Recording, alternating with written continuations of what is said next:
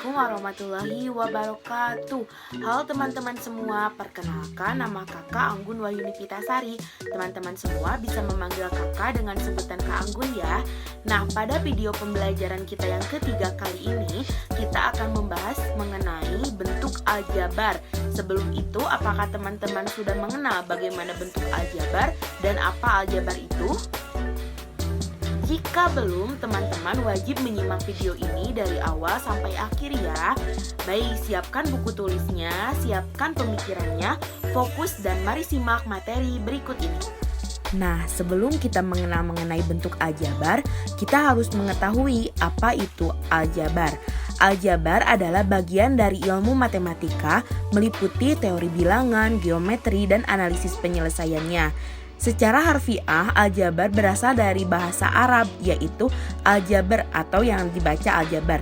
Ilmu ini dibuat oleh Muhammad Ibnu Musa al-Khawarizmi dalam bukunya mengenai konsep dan bentuk aljabar yang ditulis sekitar 820, yang merupakan seorang matematikawan, astronomer, dan geograf. Ia dijuluki sebagai the father of algebra. Dalam bahasa Inggris, aljabar dikenal dengan istilah algebra. Nah, kita lanjut mengenai bentuk aljabar.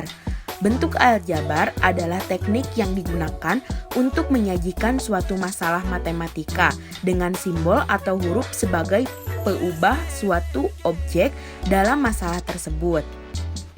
Terdapat 7 istilah umum yang perlu diketahui untuk memahami bentuk suatu aljabar dasar, yaitu kita harus mengenal variabel, koefisien, konstanta, dan yang lainnya. Nah, yang pertama mari kita masuk dulu ke rumus persamaan. Persamaan adalah suatu teknik matematika yang digunakan untuk menyamakan suatu permasalahan ke bentuk matematika dengan tanda persamaan atau sama dengan. Bentuk ini merupakan bentuk yang paling sederhana hingga kompleks. Yang kedua ada variabel atau biasa disebut peubah. Variabel adalah suatu simbol atau huruf yang digunakan untuk menggantikan suatu nilai yang bersifat tidak tetap atau berubah-ubah tergantung persamaan yang memuatnya. Variabel dalam bahasa Inggris disebut dengan variabel dan juga disebut peubah dalam bahasa Indonesia. Variabel dapat disimbolkan dengan huruf Latin seperti A kecil, A besar, B kecil, B besar, C kecil, D besar, dan seterusnya. Nah, mari simak mengenai persamaan yang ada di bawah ini. 3x ditambah 4y ditambah z sama dengan 0. Nah, pada persamaan tersebut terdapat 3 variabel, yaitu x, y, dan z. Nah, lalu yang ketiga ada koefisien. Koefisien adalah nilai yang digunakan untuk mengalihkan suatu variabel. Koefisien dalam bahasa Inggris disebut dengan coefficients. Nilai koefisien sama dengan 1 dapat tidak ditulis. Mari simak persamaan di bawah ini. Nah, dalam persamaan di bawah ini ada 3x ditambah 4y ditambah z sama dengan 0. Nah, nilai koefisien x adalah 3. Lalu nilai koefisien y adalah 4 dan nilai koefisien z sebenarnya adalah 1, tetapi koefisien 1 dapat tidak ditulis. Lalu yang keempat ada konstanta atau konstan. Konstanta adalah suatu nilai yang bersifat tetap atau konstan pada suatu bentuk aljabar. Konstanta dalam bahasa Inggris disebut dengan konstan. Ciri-ciri yang paling umum suatu konstanta yaitu tidak berikatan dengan suatu variabel. Untuk rumus-rumus khusus, konstanta dapat disimbolkan dengan huruf, misalnya A, B, dan lainnya, atau berupa simbol khusus. Nah, contohnya pada persamaan di bawah ini, yakni ada 3x ditambah 7 sama dengan 12. Dalam persamaan tersebut terdapat 2 konstanta, yakni 7 dan 12. Lalu ada eksponen atau pangkat. Suatu variabel dalam bentuk aljabar dapat memuat pangkat atau eksponen. Operasi pangkat mempunyai prioritas. Kedua, sejajar dengan operasi akar setelah tanda kurung dalam operasi hitung matematika. Contohnya adalah Y sama dengan 3X kuadrat. Pangkat variabel X adalah 2. Misalnya, nilai X adalah 4, maka dapat dihitung nilai Y sebagai berikut. Y sama dengan 3X kuadrat, disubstitusikan 4 ke X. Y sama dengan 3 dikali 4 kuadrat. Y sama dengan 3 dikali 4 kuadrat adalah 4 kali 4 sama dengan 16. Jadi 3 dikali 16 sama dengan 48. Lalu yang keenam ada derajat. Derajat pada suatu bentuk aljabar adalah nilai pangkat tertinggi yang dimuat variabel bentuk aljabar. Berikut adalah contohnya.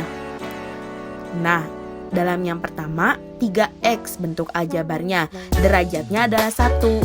Lalu 3X kuadrat ditambah 1, derajatnya adalah 2.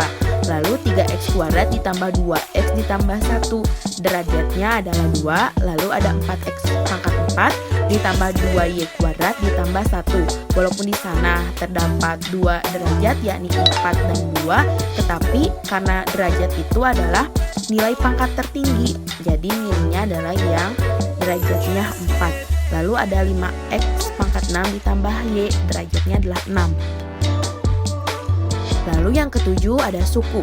Suku pada bentuk aljabar adalah total elemen yang dimuat oleh suatu bentuk aljabar. Suku digunakan untuk mempermudah mengkomunikasikan bentuk aljabar sehingga mudah untuk dibahasakan. Berikut adalah contohnya. Nah, bisa dilihat pada tabel tersebut kita mulai dari 2X. 2X hanya memiliki satu suku, yakni adalah 2X. Lalu yang kedua ada 2X tambah 1. Terdapat 2 suku, yakni 2X dan 1. Lalu 3X kuadrat ditambah 2X kurang 1. Terdapat 3 suku. Suku pertama adalah 3X kuadrat, suku kedua 2X, dan suku ketiga adalah 1. Lalu suku yang berikutnya ada 4 suku, yakni 4X pangkat 3 sebagai suku pertama, 3X kuadrat sebagai suku kedua, 2X sebagai suku ketiga, dan 1 sebagai suku keempat, dan seterusnya. Nah, dalam tabel tersebut bisa dilihat itu merupakan suku-suku sejenis. Ada juga suku yang tidak sejenis. Artinya suku-sukunya itu setiap sukunya memiliki variabel yang berbeda. Contohnya adalah 2X ditambah 3Y ditambah Z, itu merupakan suku tak sejenis. Nah, lalu kita masuk ke dalam pembahasan operasi aljabar. Operasi aljabar pada umumnya hampir sama dengan operasi hitung bilangan bulat. Yang pertama ada operasi penjumlahan dan pengurangan aljabar. Operasi penjumlahan dan pengurangan aljabar hanya dapat dilakukan pada suku-suku yang sejenis. Contohnya, yang pertama ada menyederhanakan aljabar. Sederhanakan bentuk aljabar 2X ditambah 3Y ditambah 7X dikurang 2Y. Nah, untuk menyelesaikan soal tersebut, alangkah baiknya kita mengelompokkan dulu suku-suku dan yang mempunyai suku yang sejenis. Contohnya ada kita kelompokkan dulu 2X ditambah 7X, lalu kita kelompokkan dulu 3Y dikurang 2Y. Setelah itu masukkan ke dalam kurung suku-suku yang sejenisnya, baru kita operasikan. 2X ditambah 7X sama dengan 9X, lalu 3Y dikurang 2Y sama dengan Y. Jadi hasilnya adalah 9X ditambah Y. Nah, lalu kita lanjut ke operasi perkalian aljabar. Yang pertama ada perkalian dengan konstanta. Perkalian dengan konstanta dilakukan dengan mengalihkan nilai koefisien masing-masing variabel yang dioperasikan. Contohnya ada 2Y dikali 3 sama dengan 6Y. Tinggal dikalikan saja 2 dikali 3 yang merupakan koefisien, 2 dikali 3 6, lalu ditambah variabel, jadi hasilnya 6Y. Lalu ada juga perkalian dengan variabel. Perkalian dengan variabel dilakukan secara menyeluruh, baik koefisien maupun variabelnya. Contohnya adalah Y dikali Y sama dengan Y kuadrat. Itu merupakan perkalian dengan variabel. Lalu ada juga selanjutnya operasi pembagian aljabar. Nah, untuk mempermudah operasi pembagian aljabar dilakukan dengan cara mengubah ke bentuk pecahan. Contohnya adalah pembagian variabel dengan konstanta terlebih dahulu. 3x dibagi 3 sama dengan 3x per 3. Nah, karena di sini pembagian variabelnya dengan konstanta, otomatis 3 dibagi 3 sama dengan 1. Untuk itu, 1 dikali x, jadi hasilnya adalah x. Lalu contoh kedua, pembagian variabel dengan variabel.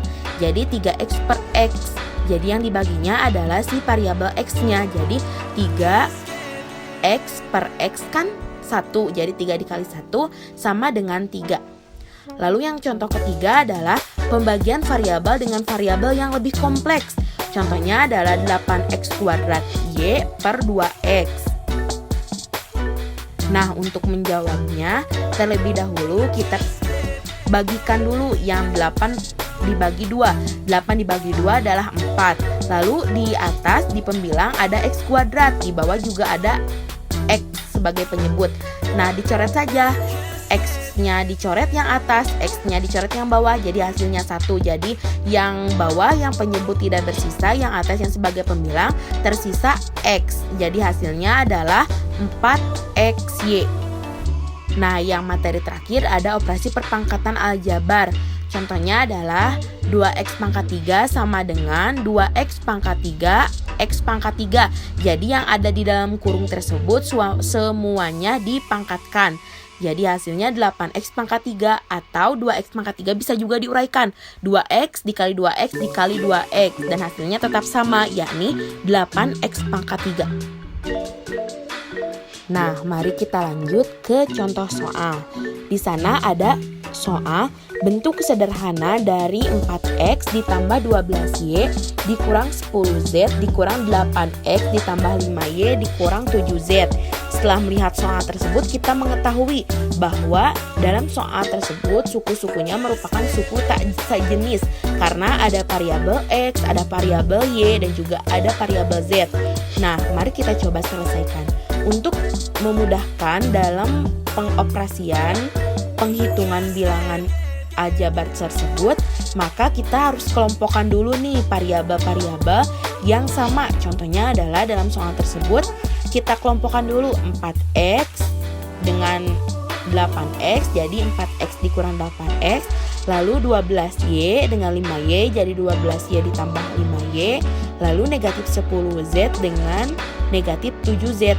Nah, jadi bisa dibaca ulang, 4x dikurang 8x ditambah 12y ditambah 5y. Lalu ada dikurang 10z dikurang 7z. Hasilnya 4 dikurang 8 negatif 4. Negatif 4x ditambah 12y ditambah 5y 17y. Jadi negatif 4x ditambah 17y.